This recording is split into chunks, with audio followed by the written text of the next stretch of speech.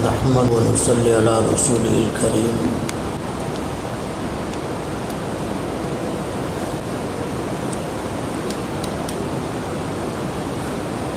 وإذا ضربتم في الأرض فليس عليكم جناح أن تقصروا من الصلاة. கண்ணியம் நிறைந்த பெரியோர்களே, தொழுகையை கசர் செய்து தொழுவது சம்பந்தமாக ஒரு ஆயத்து இன்றைக்கு ஓதப்பட்டது. இதற்கு முந்தைய ஆயத்துகளில் ஹிஜ்ரத் சம்பந்தப்பட்ட விளக்கங்கள் சொல்லப்பட்டன. நீண்ட தூர பயணம், ஒரு ஊரை விட்டு மற்றொரு ஊருக்கு பயணம் செல்லுகிற நேரத்தில் கடுமையான தொழுகைகளை நிறைவேற்றுவதில் சில சிக்கல்கள் ஏற்படுவது என்பது இயற்கைதான். அல்லாஹ் ஜல்ல ஷானுஹு வ தஆலா அந்த சிரமங்களை குறைக்கிற வகையில் கஸ்ரு தொழுது கொள்ளுங்கள் என்று அல்லாஹ் உத்தரவு பிறப்பிக்கிறான். அதை சொல்லுகிற விதம் எப்படியானால், வைதா லரப்தும் ஃபில் அர்லி, நீங்கள் பூமியிலே பயணம் செய்தால். அரபியிலே லரப என்ற வார்த்தை அடிப்பது என்ற பொருளை கொடுக்கும். அந்த லரப என்ற வார்த்தையில் அலிப்புக்கு அடுத்த பே இருக்குது, அந்த பேயோடு சேர்ந்து வந்துச்சுன்னு சொன்னால் அடிக்கிறதுன்னு அர்த்தம். ஃபீ அப்படின்னு சேர்ந்து வந்துச்சுன்னா இதான் லரப்தும் ஃபில் அர்லி, அவள் பயணம் செய்வது என்று அர்த்தம். வைதா லரப்தும் ஃபில் அர்லி, நீங்கள் பூமியிலே பயணம் செய்தால், ஃபலைஸ அலைக்கும் ஜுனாஹுன், உங்கள் மீது குற்றமில்லை, அன்தக்ஸுரு மினஸ் ஸலா, தொழுகையை சுருக்கி 4 ரக்காத்தை 2 ரக்காத்தாக தொழுவது உங்கள் மீது குற்றமில்லை. இன் ஹிஃப்தும் மை யஃப்தினகுமுல் லதீன கஃபரு, காஃபிரானவர்கள் உங்களுக்கு தொல்லை கொடுப்பார்கள், சோதிப்பார்கள் என்று நீங்கள் பயந்தால். பயமிருந்தால்தான் கஸ்ரு தொழுகை என்பது அல்ல. ஹதீஸிலே தெளிவாக சொல்லப்பட்டிருக்கிறது. பெருமானார் ஸல்லல்லாஹு அலைஹி வஸல்லம் அவர்கள் பயம் உள்ள நேரமாக இருந்தாலும் சரி, அல்லாத நேரமாக இருந்தாலும் சரி, பயணம் செல்லுகிற போது அந்த பயணத்தில் கஸ்ரு தொழுது கொள்ளலாம். அதில் எந்த குற்றமும் இல்லை. குற்றம் இல்லை என்ற வார்த்தையை அல்லாஹ் பயன்படுத்துவதிலிருந்து சஹாபாக்களிடத்திலே ஒரு எண்ணம் இருந்தது. 4 ரக்காத்து தொழுகிற பாக்கியத்தை குறைத்து கொண்டு அதை 2 ரக்காத்தாக தொழுதால் நமக்கு நாமே குறைவை, தீங்கை ஏற்படுத்தி கொள்ளுகிறோமா என்ற எண்ணம் சஹாபாக்களிடத்திலே இருந்தது. அப்போது அப்துல்லா உமர் ரலியல்லாஹு அன்ஹு அவரிடத்திலே இந்த கேள்வி கேட்கப்பட்ட போது அவர்கள் சொன்னார்கள், இல்லை, நபிகள் நாயகம் ஸல்லல்லாஹு அலைஹி வஸல்லம் அவர்கள் ஸல்லன் நபி ஸல்லல்லாஹு அலைஹி வஸல்லம் ஃபில் மதீனத்தி அர்பஅன் வஃபி தில் ஹுலைஃபா ரக்அத்தைனி, பெருமானார் ஸல்லல்லாஹு அலைஹி வஸல்லம் அவர்கள் பயணம் புறப்பட்டு போனார்கள். மதீனாவிலே லொஹுரை 4 ரக்காத்து தொழுதுவிட்டு புறப்பட்டார்கள். துல்ஹுலைஃபாவுக்கு சென்று எஹ்ராம் கட்டி அவர் ஊரை விட்டு கடந்து விட்டார்கள். எனவே 2 ரக்காத்து தொழுதார்கள் என்று அப்துல்லா இப்னு உமர் ரலியல்லாஹு அன்ஹு அவர்கள் அறிவிக்கின்றார்கள். இதே போன்று இப்னு அப்பாஸ் ரலியல்லாஹு அன்ஹு அவர்கள் அறிவிக்கிறார்கள். பெருமானார் ஸல்லல்லாஹு அலைஹி வஸல்லம் அவர்கள் சொல்லுகிறார்கள், நான் உங்களுக்கு 2 ரக்காத்தை சுன்னத்தாக ஆக்கியிருக்கிறேன் என்று அவர்கள் பெருமானார் அவர்கள் சொன்னதை இப்னு அப்பாஸ் ரலியல்லாஹு அன்ஹு அவர்கள் அறிவிக்கின்றார்கள். இன்னொரு ஹதீஸில் இப்னு உமர் ரலியல்லாஹு அன்ஹு அவர்கள் அறிவிக்கிற போது இந்த 2 ரக்காத்து தொழுவது என்பது வஹுமா கஸ்ருன் கைரு தமாமின், அதாவது அது கஸ்ரு தொழுகைதான். அது 4ஆக இருந்து சலுகைக்காக வேண்டி 2ஆக குறைக்கப்பட்டது அப்படிங்கிற அர்த்தமெல்லாம் இல்லை. முசாஃபிர்களுக்கு 2 தான் அசல். இயற்கையாகவே அல்லாஹ் 2 தான் கடமையாக்கியிருக்கான்.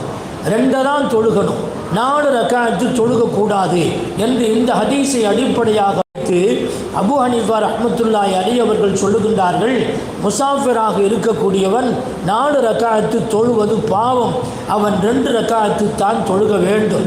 அப்படி 2 ரக்காத்து தொழுது விட்டு இன்னொரு 2 ரக்காத்தை சேர்த்து தொழுவதில் அந்த 2 ரக்காத்து நஃபிலாக ஆகுமே தவிர அவனுடைய தொழுகை 2 ரக்காத்து தான் என்பதை இப்னு உமர் ரலியல்லாஹு அன்ஹு அவர்களுடைய ஹதீஸிலிருந்து எடுக்கிறார்கள்.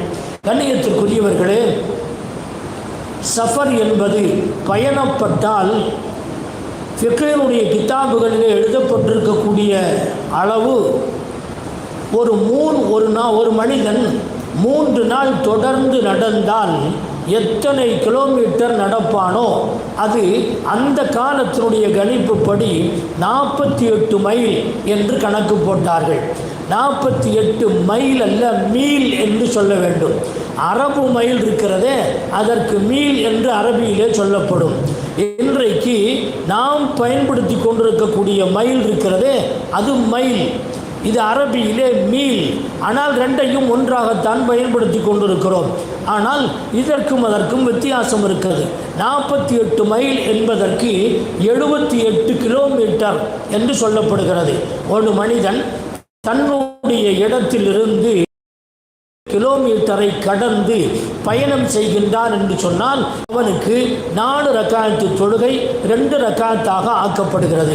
இந்த 2 ரக்காத்து தொழுகையை அவன் 78 கிலோமீட்டர் கடந்ததற்கு பிறகுதான் தொழுகணுமா அல்லது எங்கிருந்து தொழுகணும் அப்படின்னு சொன்னால், பெருமானார் ஸல்லல்லாஹு அலைஹி வஸல்லம் அவர்கள் மதீனாவை விட்டு வெளியே புறப்பட்ட உடனே துல்ஹுலைஃபாவில் வைத்து இஹ்ராம் கட்டினார்களே, அந்த இடம் இருக்கிறதே, பயணத்தினுடைய அவ்வளவு தூரம் அவர்கள் கடந்து போகவில்லை, ஊர் எல்லையை கடந்திருக்கிறார்கள், அவ்வளவுதான்.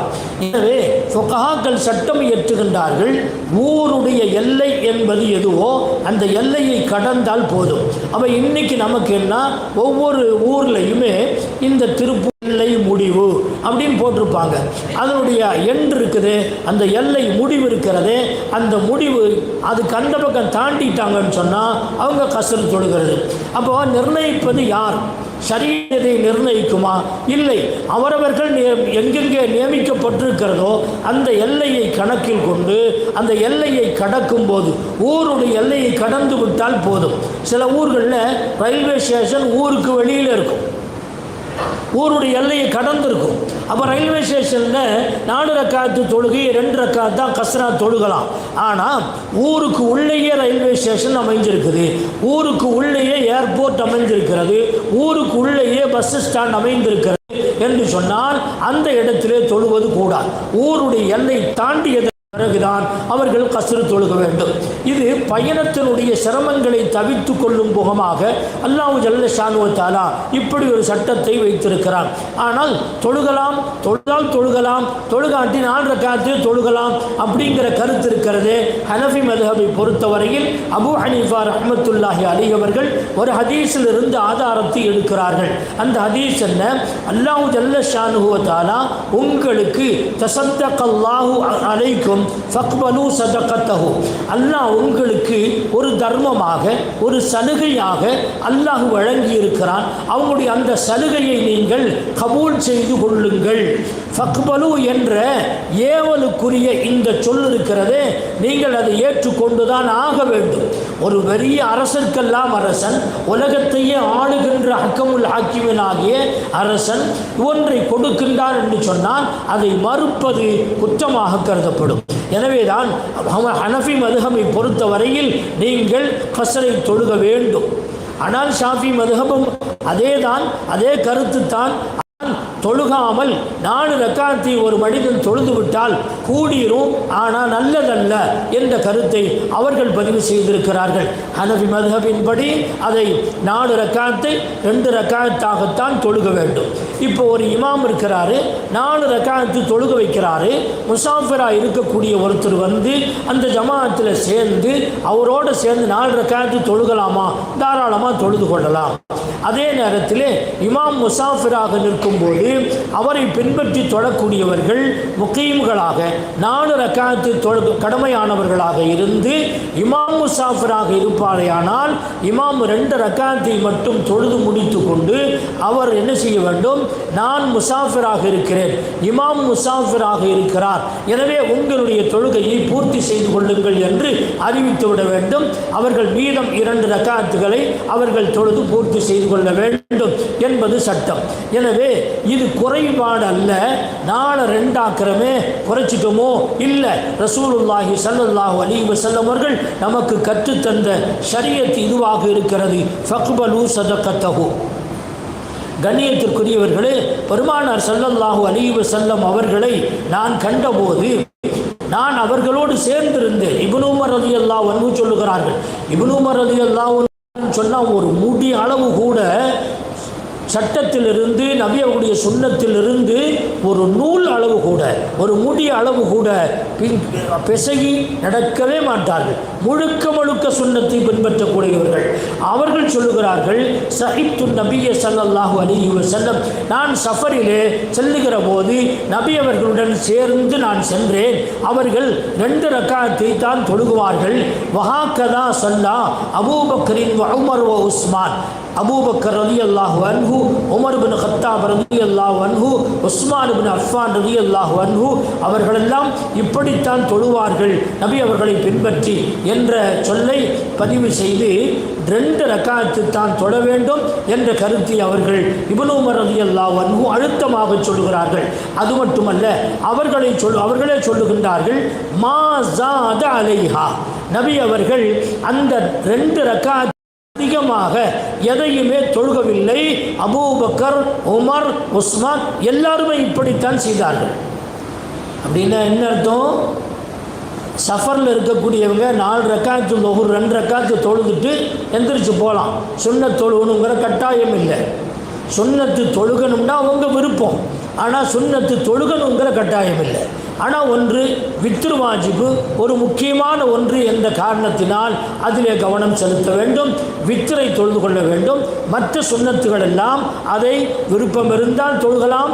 இல்லை என்று சொன்னால் பிரயாணத்தினுடைய கஷ்டம் இருக்கிறது என்றால் 2 ரக்காத்தை மட்டும் தொழுது கொள்ளலாம். பயணங்களிலே சில நேரங்களில் நமக்கு தொழுக முடியாத ஒரு சூழ்நிலை ஏற்படலாம். ரயில் நெருக்கடி அல்லது பஸ் புறப்பட்ட இடத்திலிருந்து அது குறிப்பிட்ட இடத்திற்கு போய் நிற்கிற வரை எங்கேயுமே வக்துக்குள்ளே தொழுக முடியாதுங்கிற மாதிரி ஒரு சூழ்நிலை இருந்தால், அதே போல் ஃப்ளைட் ஏறுகின்றோம், அந்த ஃப்ளைட்டிலே ஏதாவது ஒரு தொழுகை தவறி போகுமோ என்ற அச்சம் நமக்கு இருக்குமேயானால் அப்போ என்ன செய்யணும்னா 2 தொழுகைகள், ஒரு தொழுகையினுடைய கடைசி பகுதி, அதாவது லொஹருடைய கடைசி, உதாரணமாக 4:30 மணிக்கு லொஹருக்கு வருதுன்னு வச்சுக்கோங்க. 4:20க்கு ஒது செஞ்சு அந்த 4:30க்கு உள்ள லொஹரை தொழுது முடித்து விட்டு அதற்கு அடுத்து 4:30க்கு அஸ்ர் வந்த உடனே அஸ்ரையும் தொழுது விட்டு 2 தொழுகையையும் ஒரே இடத்திலே நாம் தொழுது விட்டு நகர்ந்து கொள்ளலாம். இதற்கு எல்லா மதுஹபுகளிலேயும் அனுமதி இருக்கிறது. அதுபோல ஃப்ளைட்டுடைய நேரம், ட்ரெயினுடைய நேரத்தை அனுசரித்து இது போன்று செய்து கொள்ளலாம். மக்ரிபுடைய கடைசி நேரம், இஷாவுடைய ஆரம்ப நேரம், இந்த 2ஐயும் சேர்த்து வைத்து கஸ்ருடைய தொழுகையை 3 மக்ரிபில் கஸ்ரு கிடையாது. மக்ரிபு 3 ரக்காத்து, இஷா 2 ரக்காத்து. ஃபஜ்ரில் எந்த கஸ்ரு கிடையாது. 1 ரக்காத்து தொழுக முடியாது. 2 ரக்காத்து தான். மக்ரிபிலேயும் 3 ரக்காத்து தான். கஸ்ரு என்பது லொஹர், அசர், இஷா ஆகிய இந்த 3 நேரங்களிலே தான் கஸ்ரு தொழுகை அனுமதிக்கப்பட்டிருக்கிறது. 4 ரக்காத்தை 2 ரக்காத்தாக தொழுக வேண்டும். ஹனஃபி மதுஹபை பொறுத்தவரையில் அது அழுத்தமாக சொல்லப்படுகிறது. அப்படித்தான் தொழுக வேண்டும். ஒரு இமாம் அப்படி ஒரு கால் முசாஃபிராக இருக்கக்கூடிய ஒருவர் தொழுக வைத்து விட்டார் என்று சொன்னால் அவருடைய 2 ரக்காத்து தான் ஃபர்லாக ஆகும். அதற்கு பின்னால் அவர் தொழுகக்கூடிய தொழுகை நஃபிலாக ஆகும். அந்த 2 ரக்காத்து நஃபில் ஃபர்லு தொழுகக்கூடியவர்கள் பின்பற்றுவது கூடாது. எனவேதான் அப்படி இமாமத்தில் போய் விவரம் உள்ளவர்கள் எந்த இமாமும் போய் நிற்க மாட்டார்கள். நாமும் அப்படி இமாமை நிறுத்தவும் கூடாது. முசாஃபிராக இருக்கக்கூடியவர் உடனே நான் முசாஃபிர், நீங்கள் உங்களுடைய தொழுகையை பூர்த்தி செய்து கொள்ளுங்கள் என்று சொல்லக்கூடிய அளவுக்கு அவருக்கு விவரம் இருக்க வேண்டும். அதுபோன்ற ஆளைத்தான் அவர்கள் நாம் உட்படுத்த வேண்டும். எனவே இதுவெல்லாம் கஸ்ருடைய சட்டங்கள். இன்னும் நிறைய சட்டங்கள் இதில் இடம்பெற்றிருக்கின்றன. ஆனால் நாம் இது சின்ன சின்ன சட்டங்கள் நிறைய இருக்கும். உலமாக்களிடத்திலே கேட்டு பயணத்தில் புறப்படுகிற நேரத்தில் நாம் எப்படி தொழுக வேண்டும் என்பதை புரிந்து செயல்பட வேண்டும். வத்தன அசலி என்று ஒன்று இருக்கிறது. பிறந்த ஊர் இருக்குது, அந்த ஊருக்கு போனால், சொந்த ஊருக்கு போனால் எப்போ வந்தாலும் சரி, ஒரு நாளைக்கு வந்தாலும் சரி, 2 நாளைக்கு வந்தாலும் சரி, அவர் அந்த ஊரில் அவர் 4 ரக்காத்து தொழுகலாம். அங்கே கஸ்ர் இல்லை. அது அல்லாத பிழைப்பை நாடி போன இடங்கள், வியாபாரத்திற்காக வேண்டி செல்லுகின்ற இடங்கள், இந்த மாதிரியான இடங்களில் 15 நாள் தங்குவதற்கு அவர் நியத்து செய்தார் என்று சொன்னால், அந்த 15 நாளில் அவர் 15 நாள் 4 ரக்காத்தாக தொழுது கொள்ளலாம். 14 நாள் தங்குவதாக இருந்தாலும் கூட அவர் கஸ்ர் தான் தொழுக வேண்டும். 15 நாள் நான் தங்குவேன் என்று நியத்து செய்ய வேண்டும். அதுவும் நியத்து செய்கிற இடம் எப்படி இருக்கணும்னா, மலை உச்சியில் போய் நான் தங்குறேன் அப்படின்னு நியத்து செய்யக்கூடாது. அதே போல் கடலுக்கு அடியில் போய் தங்குறேன் அப்படின்னு கூடாது. மரத்தினுடைய உச்சியில் இருந்து 15 நாள் தங்குறேன் அப்படி, இதெல்லாம் சாத்தியமில்லாதவைகளை நியத்து செய்வது கூடாது. எங்கே 15 நாள் உண்பதற்கு, உறங்குவதற்கு, இருப்பிடம் அமர்வதற்கு, படுப்பதற்கு இவைகளுக்கெல்லாம் சௌகரியம் இருக்கிறதோ அது போன்ற இடங்களில் நான் 15 நாள் தங்குறேன் அப்படின்னு நியத்து செஞ்சுட்டா அவர் 4 ரக்காத்து தான் தொழுகணும். அந்த 4 ரக்காத்து தொழுது கொண்டிருக்கிற போது திடீரென்று ஒரு மௌத்து செய்தி வந்துச்சு, 2 நாள்லேயே புறப்பட வேண்டியது இருந்துச்சுன்னா பரவாயில்ல. நியத்து செய்கிறது 15 நாள் அப்படின்னு முடிவு பண்ணணும். இப்போ ஒருத்தர் 15 நாள் அப்படின்னு நியத்து இல்லை, 1 நாள் தங்கினா, 2 நாள் தங்கினா, ஆனால் பார்ட்டி கார்டு காசு கொடுக்க மாட்டேங்கிறான், அல்லது சரக்கு நம்ம எடுத்துகிட்டு போகிறதுக்கு முடியலை, அல்லது வந்த நோக்கம் நிறைவேறல, 5 நாள் ஆச்சு, 10 நாள் ஆச்சு, 15 நாள் ஆச்சு, 20 நாள் ஆச்சு, இப்படியே நீண்டுகிட்டே போகுது. ஆனால் 15 நாள் தங்குறேங்க நியத்து செய்கிற அளவுக்கு அவருக்கு சூழ்நிலை அமையவில்லை என்று சொன்னால், 1 மாதம் தங்கினாலும் சரியே, 2 மாதம் தங்கினாலும் சரியே, இதே நிலை நீடிக்கிற போது அவர் 2 ரக்காத்து தான் தொழுதுகிட்டே இருக்கணும், கஸ்ர் தான் தொழுதுகிட்டே இருக்கணும். ஏன்னா அவன் நியத்து செய்யலை. எனவே இக்காமத்தை, தங்குவதை நியத்து செய்தால்தான் அவன் முக்கியமாக ஆக முடியும். இது போன்ற நிறைய சட்டங்கள் இருக்கின்றன. இது உங்கள் மீது தப்பில்லை.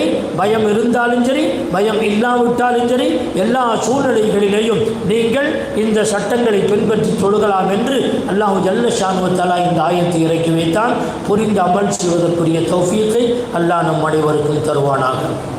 ربنا تقبل دعانا وصلاتنا وصيامنا وقيامنا وركوعنا وسجودنا وتضرعنا وتخشعنا وتمم تقصير أعمالنا إنك على كل شيء قدير. صل على النبي سيدنا محمد وآله وصحبه أجمعين والحمد لله رب العالمين. صلى الله على محمد صلى الله عليه وسلم.